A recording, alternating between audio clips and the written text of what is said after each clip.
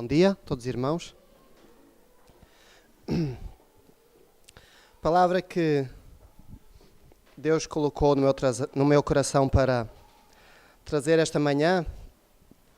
Na verdade, já tive oportunidade de a trazer aqui há uns 2 ou 3 anos atrás, mas decidi trazê-la em primeiro lugar porque é um tema que vai muito ao encontro daquilo que temos falado nas últimas semanas, nos cultos da manhã, sobre todos estes problemas, não é, do espírito, problemas emocionais pelos quais todos passamos.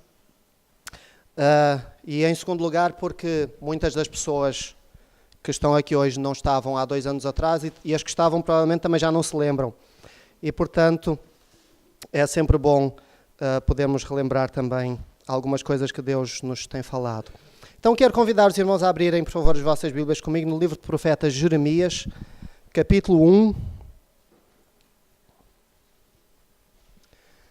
Livro do profeta Jeremias, capítulo 1. E vamos ler começando no verso 4 até ao verso 10. Penso que o texto também estará ali. Mas Jeremias capítulo 1, versos 4 até ao verso 10. Diz assim: A mim me veio, pois, a palavra do Senhor, dizendo: Antes que eu te formasse no ventre materno, eu te conheci. E antes que saísses da madre, te santifiquei ou consagrei. E te constituí profeta entre as nações. Então lhe disse eu: Senhor Deus, eis que não sei falar porque não passo de uma criança. Mas o Senhor me disse: Não digas não passo de uma criança, porque a todos a quem eu te enviar irás, e tudo quanto te mandar falarás. Não temas diante deles, porque eu sou contigo, para te livrar, diz o Senhor. Depois estendeu o Senhor a mão, tocou-me na boca o Senhor e me disse: Eis que ponho na tua boca as minhas palavras. Olha que hoje te constituo sobre as nações e sobre os reinos, para arrancares e derribares, e para destruires e arruinares, e também para edificares e para plantares. Vamos orar? Paizinho, muito obrigado por esta manhã, obrigado pela tua palavra, pelo tempo que já pudemos ter passado aqui na tua casa, ó Deus, porque a tua palavra sempre nos abençoa. Obrigado, ó Pai, pelo tempo de louvor que tivemos, ó Deus, e porque podemos estar aqui sem qualquer impedimento, ó Deus, sabendo, como mesmo ouvimos nesta manhã, que outros irmãos ao redor do mundo não têm o mesmo privilégio. Paizinho, por isso oramos para que nos abençoes enquanto estivermos neste lugar, para que também o Teu Espírito Santo não possa encontrar qualquer impedimento ou barreira ou constrangimento para fazer e dizer aquilo que pretendes fazer nesta manhã no nosso meio. Assim nós oramos no nome de Jesus Cristo. Amém. Amém. Então, vamos procurar responder a uma simples pergunta. Uma pergunta que, de um modo ou de outro, todos nós já fizemos em dado momento da nossa vida. Essa pergunta é: quem sou eu? O que é que me define? Eu gostaria de perguntar o que é que, pessoalmente, para cada um, o que é que o irmão, a irmã, o que é que cada um acha que o define como pessoa, como ser humano. Há várias coisas que nós poderíamos apontar. Algumas delas vão aparecer ali. Pode ser nacionalidade, não é? O lugar onde eu nasci. Pode ser uma questão de profissão, aquilo que eu faço, não é? Diariamente. Pode ter a ver com os meus relacionamentos. Eu sou esposo desta pessoa, sou pai desta, sou filho da outra. Pode ter a ver com as circunstâncias do momento também. Pode ter a ver com vários fatores que controlam, de algum modo, aquilo que me define, pelo menos em dado momento da minha vida. Define aquilo que eu faço, aquilo que eu falo, aquilo que eu penso. Mas a questão é, na essência, o que é que realmente controla, o que é que define quem é que eu sou. Poderemos dizer até que em grande parte é o passado, a educação que eu tive, todas as experiências pelos quais eu passei. Mas, além disso, eu penso que neste texto e em muitos outros da Bíblia nós podemos encontrar pelo menos 3 fatores que de algum modo definem quem sou eu, definem o modo como eu penso, o modo como eu falo, tudo isso. E esses 3 fatores são determinantes, mas, além disso, entre esses 3 há um deles, pelo menos, que é mais ou menos dominante em cada um de nós. Há um, principalmente, que define realmente essas coisas, aquilo que eu penso, aquilo que eu sou, no fundo, o meu comportamento. E o objetivo, nesta manhã, é procurarmos entender quais são esses 3 fatores e também procurar entender qual deles deve ser o dominante na minha vida. O primeiro fator vai aparecer ali, quem eu penso que eu sou. Quem eu penso que eu sou. Vejam só no verso 6 do capítulo que lemos, aquilo que Jeremias pensava a respeito dele mesmo. Ele disse, Senhor Deus, eis que eu não sei falar, porque não passo de uma criança. Nós não lemos os versos anteriores ao versículo 4, mas pelo menos no verso 2 ele menciona os dias de Josias, filho de Amon, e menciona o 13º ano do seu reinado. Por causa desse verso aí, nós podemos enquadrar e com exatidão este momento como sendo o ano 626 a.C. Por causa disso, nós podemos apontar, por outros versos e por outras fontes que nós temos, que Jeremias devia ter, nesta altura, neste ano, ele deveria ter aproximadamente 24 anos de idade. Se Jeremias, com 24 anos de idade, poderia ser considerado uma criança ou não, isso eu deixo um pouco à consideração de cada um, o que é que cada um acha a respeito disso. Mas a verdade é que Jeremias achava-se uma criança. Aos seus olhos, ele considerava que era uma criança. Era isso que ele estava a dizer. Com esta frase, com esta expressão, ele estava a dizer alguma coisa de muito mais profundo. Ele estava a enfatizar a sua falta de experiência, talvez até a sua falta de autoridade, a sua falta de sabedoria. Ele estava a enfatizar que ele vivia no meio de um povo, de uma cultura, de uma sociedade em que aqueles que eram mais novos não poderiam falar com os mais velhos sem antes lhes ter sido dirigida a palavra. Uma criança devia ficar em silêncio, o mais novo deveria ficar em silêncio. E ele foi chamado, nestas circunstâncias, para ser um profeta, para ser a boca de Deus. E ele estava a dizer, como é que eu vou fazer isto? Eu sou uma criança, eu não posso fazer isto. É interessante o modo como nós nos vemos a nós mesmos, porque isso essencialmente define quem nós somos. Sempre que eu vejo fotografias com alguns anos, e não precisa de ser muitos, mas eu não posso deixar de notar como era mais farta a minha cabeleira. E como hoje está muito mais rala e cada vez mais. E eu poderia facilmente ficar frustrado com isso. Poderia dar muita importância a isso. Poderia olhar ao espelho todas as manhãs e talvez cair uma lágrima pelo meu rosto abaixo, alguma coisa do género, pelas saudades da minha farta cabeleira, que realmente era bastante farta, quem se lembra. Mas, ao invés disso, eu decidi ter uma outra perspectiva, uma perspectiva que um tio meu que sofre das mesmas características calvícicas, ou não sei como é que é, mas as mesmas características que eu, basicamente também é careca, e ele ensinou-me o modo de ver as coisas de um modo correto, que ele diz que Deus fez poucas cabeças perfeitas e em todas as outras ele colocou cabelo. Então esse é o modo como eu decidi ver a mim mesmo, com uma cabeça perfeita. A verdade é que cada um tem uma imagem de si mesmo, quer queira ou não. Cada um de nós olha no espelho de manhã e tem uma imagem de si mesmo, que nem sempre, ou não necessariamente, é a imagem correta, a imagem real. E isto ainda mais no meio de uma sociedade e de uma cultura que sempre procura impor-nos um conceito de imagem ou de beleza, daquilo como as coisas devem ser, como as pessoas devem ser. Não é? Basta nós vermos as propagandas e os filmes e as revistas e tudo mais, e tudo está cheio de um conceito de beleza que a sociedade espera que nós tenhamos.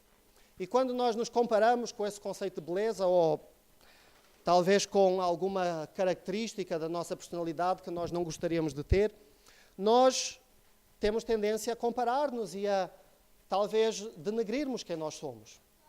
É interessante que até isso é um princípio bíblico. O livro de Provérbios, capítulo 23, verso 7, não é o verso todo, mas uma parte do verso diz que assim como o homem pensa, assim ele é. Como o homem pensa, assim ele é. Aquilo que eu penso de mim mesmo, eu vou ser assim. Naturalmente, eu vou ser assim.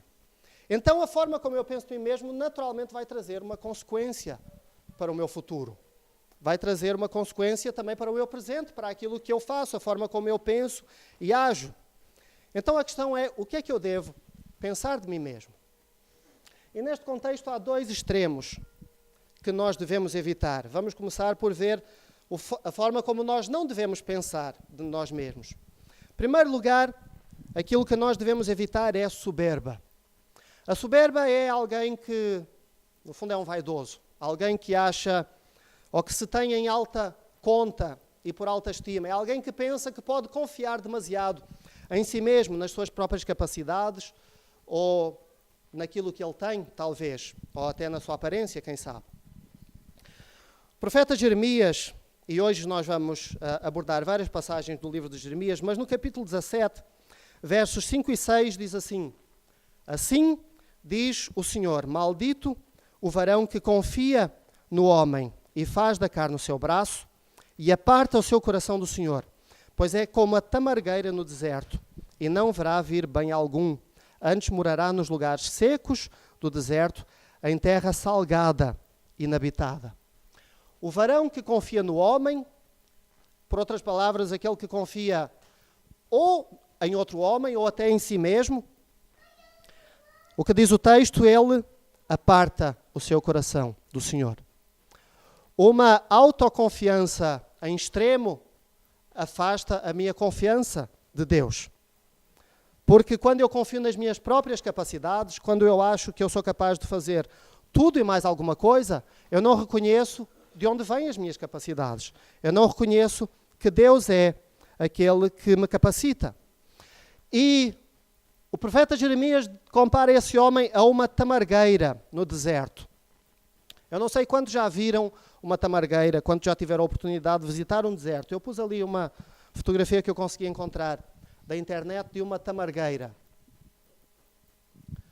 Aquilo é uma tamargueira, é uma planta que apenas existe no deserto, praticamente não tem folha, não tem flor, é só ramos, quase, e mais nada. Não é propriamente uma planta que dê para colocar na sala para embelezar, não é assim uma divisão da sala. É uma planta que apenas vive em lugares inóspitos. E por causa disso a sua aparência também não é muito boa de se ver. E o profeta Jeremias está a comparar este tipo de homem com esta planta, esta tamargueira que vive no deserto. Ela não vê vir bem algum, a chuva não vem, ela não dá fruto, ela não é bonita, não há nada nesta planta que se possa aproveitar, nem sequer a madeira dá para muita coisa. Nada nela pode ser aproveitado. Todo homem que confia em demasia em si mesmo, mais tarde ou mais cedo vai resultar nestas mesmas qualidades. Não vai poder ser aproveitado nada na sua vida. Por isso, eu preciso de compreender que eu não posso confiar nos meus sentimentos, no meu intelecto, não posso confiar naquilo que eu penso que eu tenho capacidade de fazer. Provérbios, capítulo 16, verso 18, não tenho a certeza se está ali, penso que não, mas diz: a soberba precede a destruição e a altivez de espírito precede a queda. A soberba precede a destruição. Então, naturalmente, todo aquele que se soberba, né, está ali, ele vai, mais tarde ou mais cedo, ser destruído. O segundo extremo que eu devo evitar é o extremo oposto, que é denegrir-me a mim mesmo. Denegrir-me, no fundo, é rejeitar o meu valor, rejeitar o valor daquilo que eu tenho, aquilo que Deus me deu. É interessante que fizeram um estudo em termos psicológicos, e quem fez esse estudo chegou à conclusão que nós naturalmente precisamos de 7 elogios para esquecer uma crítica. Ou que na nossa mente, quando alguém nos faz 7 elogios e nos fazem uma crítica, para nós essas coisas têm o mesmo peso. Não é? 7 elogios têm o mesmo peso que uma crítica. Então, naturalmente, nós vamos dar muito mais força ou vamos dar muito mais atenção às críticas que nos fazem do que aos elogios que nos fazem. Essa é uma tendência natural do ser humano. Foi isso que Jeremias fez. Vejam só, ele disse, não sei falar. No verso 6, ele diz isso, não sei falar. Não é? Eu não sei se conseguem notar a ironia nestas palavras. Para alguém dizer, eu não sei falar, essa pessoa acabou de falar. Então, eu nunca posso dizer que eu não sei falar sem falar. A não ser que eu escreva, mas Jeremias aqui falou. Então, ele sabia falar. Ele estava a denegrir aquilo que ele era capaz de fazer, aquilo que Deus, de algum modo, lhe tinha dado. E a resposta de Deus para ele foi, no verso 8, não temas, porque eu sou contigo. O que Deus estava a dizer a Jeremias é, tudo bem, podes até não saber falar, podes ser uma criança, mas isso tudo é menos importante do que o facto de que eu vou estar contigo. Podes até não ter autoridade, mas isso não importa porque eu vou ser a tua autoridade. Podes não ter experiência, mas eu vou ser a tua experiência. Podes não ter palavras na tua boca, mas eu vou colocar as tuas palavras na minha boca. É precisamente aquilo que diz no verso 9, eis que ponho as minhas palavras na tua boca. E por causa disso, Jeremias teve esta experiência em que o Senhor tocou na sua boca, o Senhor o capacitou. Nós nunca podemos denegrir aquilo que nós temos e aquilo que nós somos, em primeiro lugar porque aquilo que nós temos e nós somos foi-nos dado por Deus. Foi Deus quem nos deu. Foi Deus quem nos moldou, quem nos preparou para ser aquilo que nós temos e aquilo que nós somos. E por causa disso nós nunca podemos denegrir aquilo que Deus nos confiou.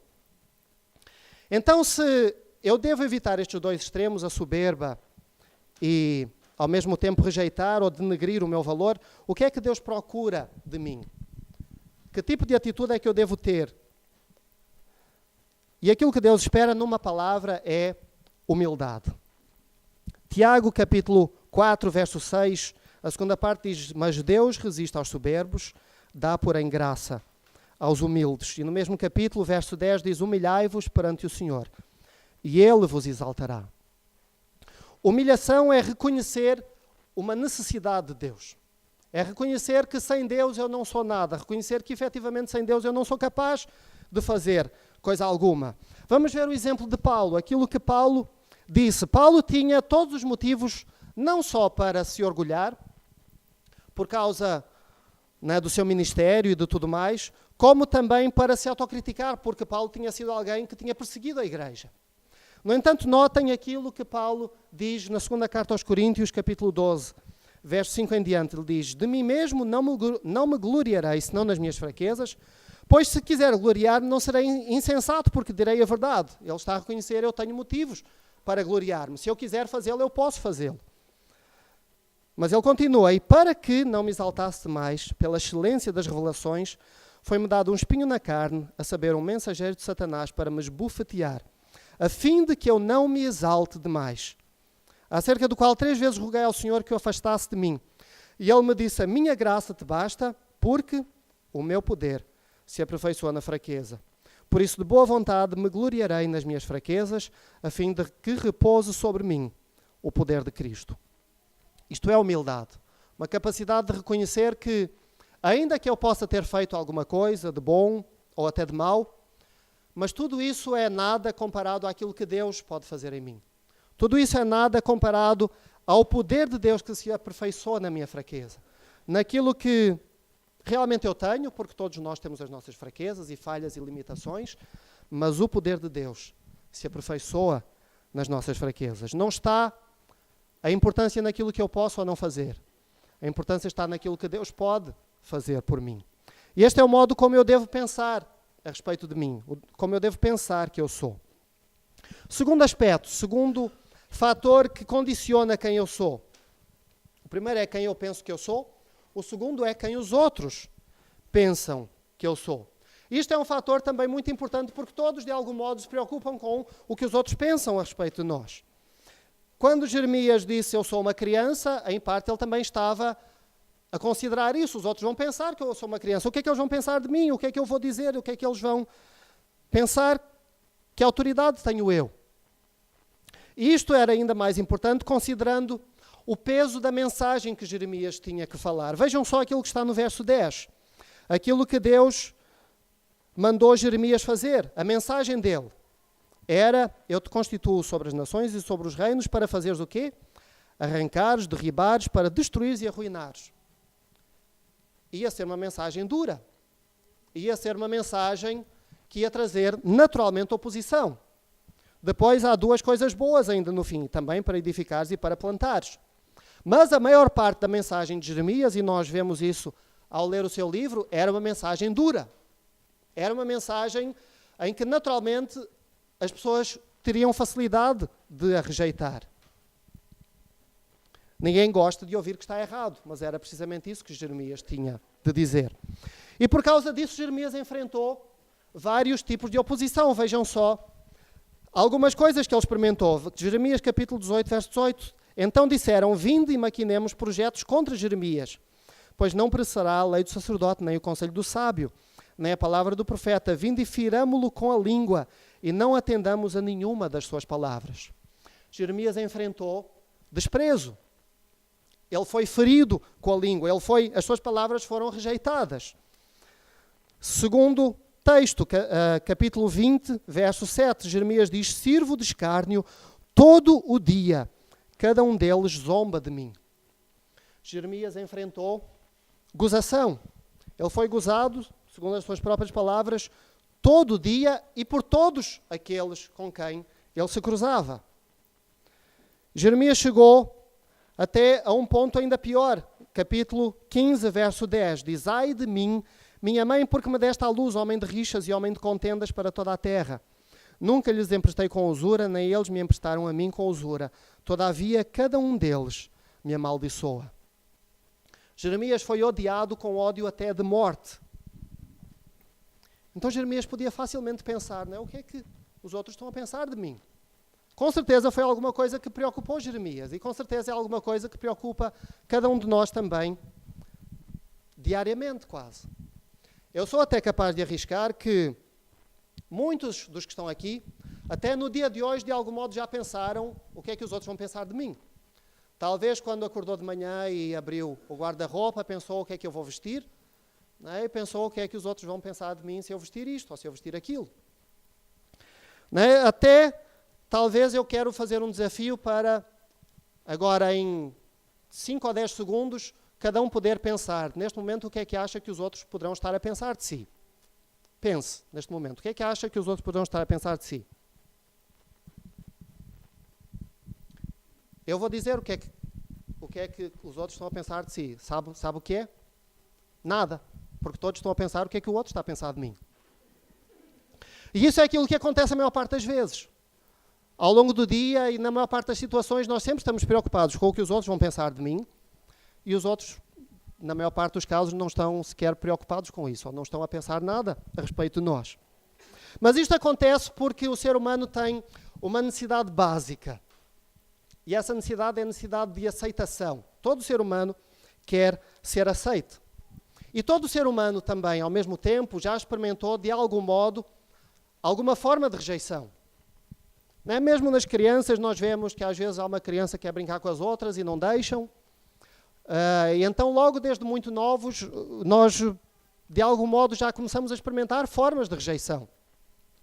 Isso é alguma coisa que nos acaba por influenciar e acaba por mover o modo como nós agimos e pensamos. Por causa dessa preocupação que Deus sabe que nós temos, de aceitação e deste medo de rejeição, Deus fez alguma coisa. Deus criou alguma coisa. Sabe o que é que Deus criou? Para poder ajudar-nos a sentir essa aceitação, Ele criou a igreja. A igreja é aquele lugar onde todos podem vir, onde todos devem ser aceitos. Não quer dizer que todos os pecados são aceitos, mas todos aqueles que vêm, todos aqueles pecadores, são aceitos. A igreja não é um lugar de pessoas perfeitas. A igreja é um lugar de pessoas que, por saberem que são imperfeitas, sabem que precisam de alguma coisa mais. E estão prontas a aceitar uns aos outros com as suas qualidades e com as suas imperfeições. Ainda que muitas vezes, como nós vimos e ouvimos pela experiência que os nossos irmãos estão a passar no Iraque e em outros lugares do mundo, Ainda que muitas vezes fazer parte da igreja traga uma rejeição do mundo. Mas Deus criou a igreja como esse lugar de aceitação. E por causa disso ele também disse ao profeta Jeremias alguma coisa que está nesse mesmo capítulo, capítulo 1, mas que nós não lemos, mas vamos ler agora, no verso 17 até ao verso 19. Palavras de Deus para Jeremias. Ele diz: tu, pois, cinge os teus lombos, levanta-te e diz-lhes tudo quanto eu te ordenar. Não desanimes diante deles, porque eu farei que não temas na sua presença. Deus estava a falar para Jeremias: não te preocupes com o que eles vão pensar, porque eu vou estar contigo. Eis que hoje te ponho como cidade fortificada, como coluna de ferro e muros de bronze contra toda a terra, contra os reis de Judá, contra os seus príncipes, contra os seus sacerdotes e contra o povo da terra.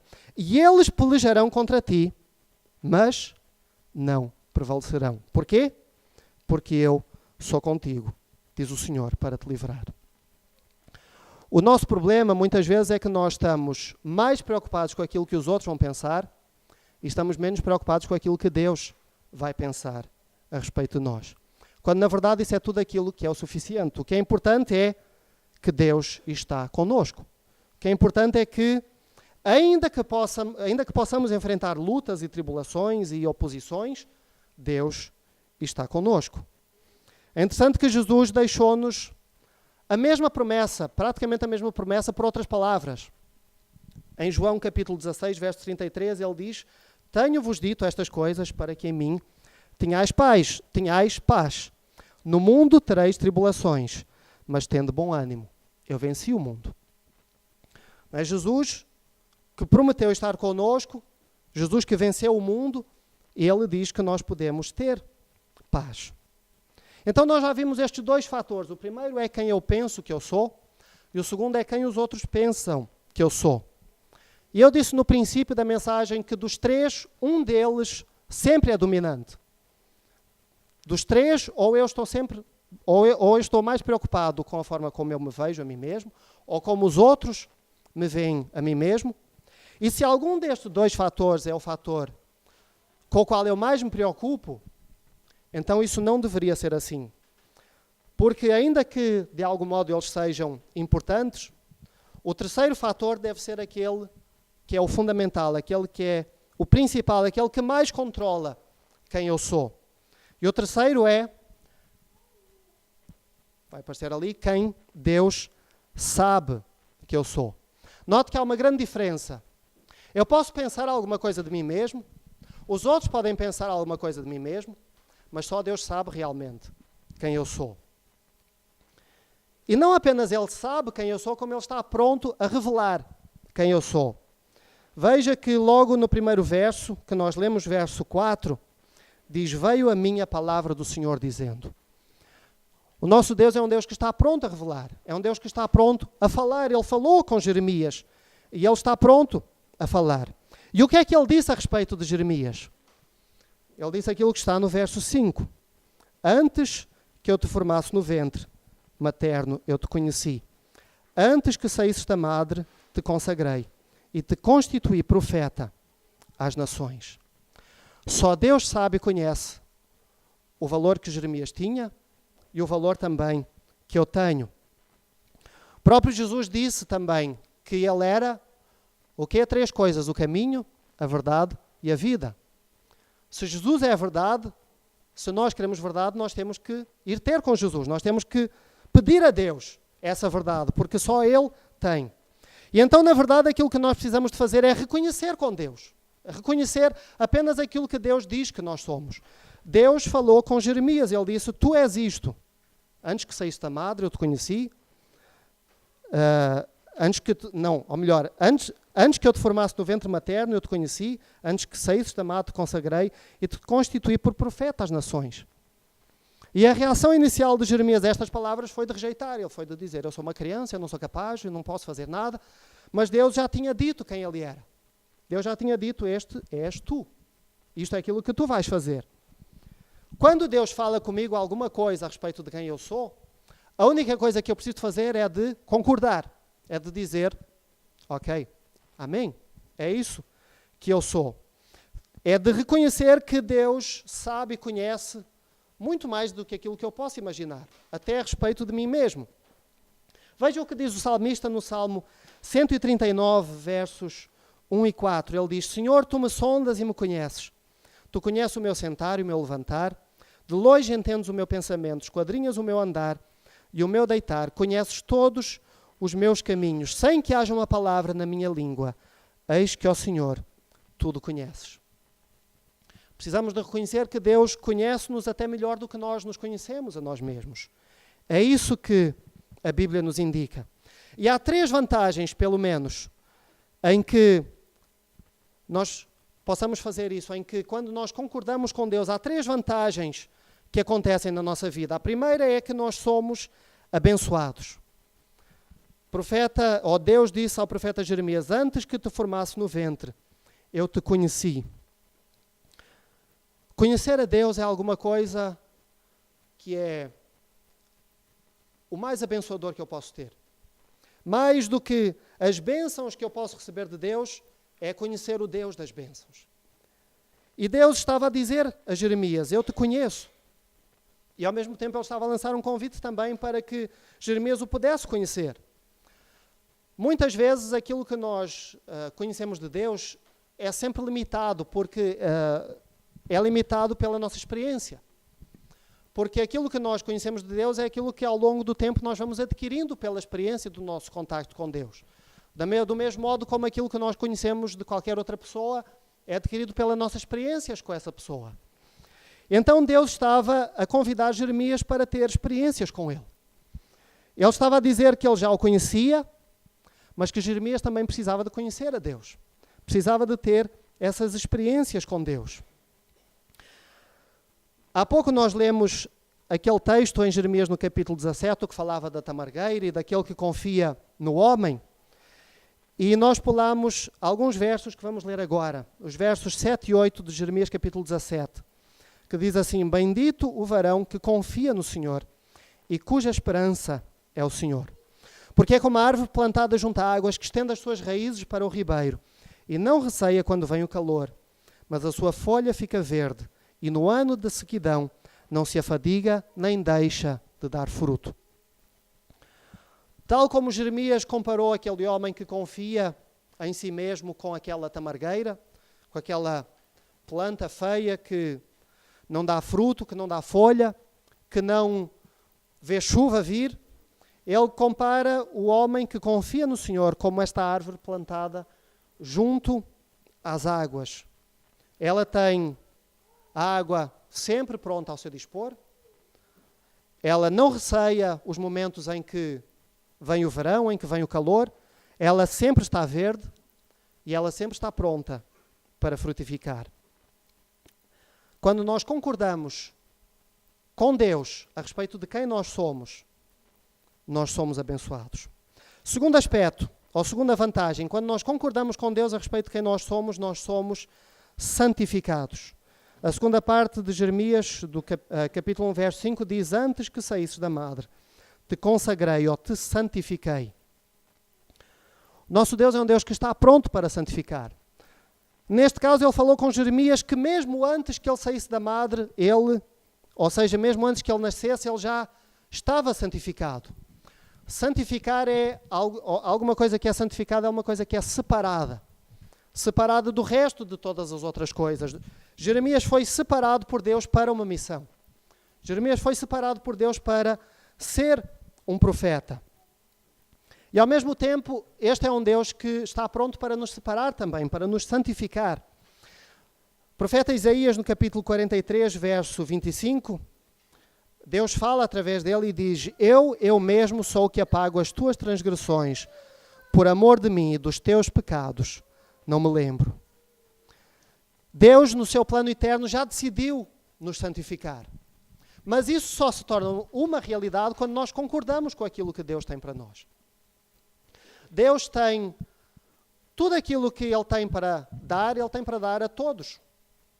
Mas isso só se torna uma realidade quando eu recebo isso e quando eu concordo com aquilo que Deus tem para mim. Esse propósito só se cumpre então quando eu reconheço que Deus, o Criador, é aquele que é é aquele que me conhece verdadeiramente e é aquele que é capaz de definir quem eu sou. Então essa é a segunda vantagem que eu tenho quando eu concordo com Deus. A terceira e última vantagem, eu estou quase a terminar, é que quando eu concordo com Deus, eu encontro o meu verdadeiro propósito. Aquilo que Deus disse a Jeremias foi: às nações eu te dei ou te constituí por profeta. Deus é aquele que não sabe apenas aquilo que eu sou hoje, aquilo que eu fui no passado, como Ele sabe aquilo que eu vou ser no futuro. Deus definiu um propósito para toda a gente. Todos aqueles que existem no mundo, Deus definiu um propósito. Ainda que as circunstâncias possam mudar, os propósitos de Deus são propósitos que não mudam. Deus falou, através do profeta Jeremias, ao povo que estava no cativeiro. No capítulo 29, no verso 11, Deus diz assim: pois eu bem sei os planos que estou projetando para vós, planos de paz e não de mal, para vos dar um futuro e uma esperança. Deus tem um propósito para cada um. Deus projetou um plano para cada ser humano. E esse é um plano que é um plano de paz e não de mal. Eu não sei, todos aqueles que estão aqui, se quando nasceram os seus pais tinham algum propósito para as vidas de cada um, para as vossas vidas quando vocês nasceram. Mas aquilo que eu sei é que no dia do nascimento de cada um, Deus já tinha estabelecido o seu propósito para cada um. E Deus tinha chamado Jeremias para dar fruto. Deus tinha chamado Jeremias como um profeta para as nações. E do mesmo modo, Deus também nos chama para nós podermos dar fruto e para nós podermos abençoar aqueles que estão ao nosso redor. Para concluir, então, depois de tudo isto, quem é que nós somos? Depois de tudo isto, quem é que eu posso dizer que eu sou? Eu sou aquilo que Deus diz que eu sou. E quem é que Deus diz que eu sou? Deus diz quem eu sou na primeira carta de Pedro, capítulo 2, versos 9 e 10. Ele diz: mas vós sois o quê? Geração eleita, sacerdócio real, nação santa, o povo adquirido, para que anuncieis as grandezas daquele que vos chamou das trevas para a sua maravilhosa luz. Vós que outrora nem erais povo, e agora sois povo de Deus. Vós que não tinhais alcançado misericórdia, e agora a tendes alcançado. Isto é quem Deus diz que eu sou. Mas isto só se torna uma realidade quando eu concordo com Deus. Quando eu aceito que Deus é aquele que me conhece, que conhece todas as minhas imperfeições, que conhece tudo aquilo que eu fiz, que conhece tudo aquilo que eu sou capaz de fazer, todo o meu potencial. Quando eu concordo com Deus, isto torna-se uma realidade. Eu passo a fazer parte desta nação santa, deste povo adquirido, este povo que antes não era um povo, propriedade de Deus, mas que agora é de Deus. E pela graça de Deus nós podemos ser chamados destas coisas, não necessariamente por aquilo que nós somos hoje, ou por aquilo que nós fazemos, ou pelo modo como nós pensamos a respeito de nós mesmos. Nós podemos dizer que nós somos estas coisas porque Deus diz que nós somos estas coisas. E porque Deus, na sua infinita sabedoria, olha para nós não com aquilo que nós somos talvez já hoje, com as nossas imperfeições e com as nossas falhas, mas Deus olha para nós com aquilo que nós podemos ainda vir a ser. É interessante que quando o apóstolo Paulo escreveu a primeira carta aos Coríntios, e quando nós lemos a primeira carta aos Coríntios, né, Coríntios é uma carta escrita a uma igreja problemática, uma igreja que tinha todos os problemas e mais alguns, e problemas sérios, uma igreja que enfrentou desunião, que tinha pessoas que cometiam todo o tipo de imoralidades, uma igreja com vários tipos de problemas. Mas é interessante que Paulo começa a sua carta e ele diz: Paulo, apóstolo de Deus, tal e tal, ele sempre se identifica, e depois ele diz: aos santos que estão em Corinto. Não é interessante? Talvez isso passe despercebido quando nós lemos a carta pela primeira vez, mas quando nós sabemos aquilo que vem de seguida, nós podemos pensar: aos santos que estão em Corinto, mas como é que é? Não é uma igreja que faz todas estas coisas? E Paulo diz que eles são santos. Não é? Paulo não diz que eles são santos por aquilo que eles são naquele momento. Paulo diz que eles são santos por aquilo que Deus diz que eles são. Por aquilo que Deus diz que eles podem ainda vir a ser. Deus não olha para nós com as nossas imperfeições, com os nossos problemas, com as nossas falhas. Deus olha para nós com os olhos de Cristo. Deus olha para nós com o sangue de Cristo que foi derramado sobre o nosso pecado, sobre as nossas vidas, para nos aperfeiçoar. E Deus olha para nós sabendo que aquele que um dia começou a boa obra também é fiel para a completar até ao dia da vinda de Cristo. Amém? Vamos orar neste momento. Pai, obrigado pela tua palavra. Obrigado a Deus porque pela tua misericórdia nós podemos confiar que tu és aquele que nos conhece verdadeiramente. Tu és aquele que conhece tudo aquilo que nós dizemos e fazemos e pensamos. Ó Pai, tu és aquele também que sabe perfeitamente o propósito que nos foi dado por ti mesmo, ó Deus, e que conhece também quem nós ainda viremos a ser. Pai, nós te agradecemos porque na tua graça nós podemos olhar para diante e ver esse dia em que nós estaremos face a face contigo. Esse dia em que nós seremos santos e perfeitos, completamente. Em que nada mais nos afastará de ti, em que todas as nossas imperfeições e fraquezas e falhas serão removidas das nossas vidas, ó Pai. E obrigado porque pela fé nós podemos desde já reconhecer e saber que nós somos essas pessoas, que nós somos esse povo adquirido por ti, essa geração eleita, esse povo consagrado por ti e para ti. Ó Pai, ajuda-nos a cada dia a sermos verdadeiramente estas pessoas. Assim nós oramos no nome de Jesus Cristo. Amém.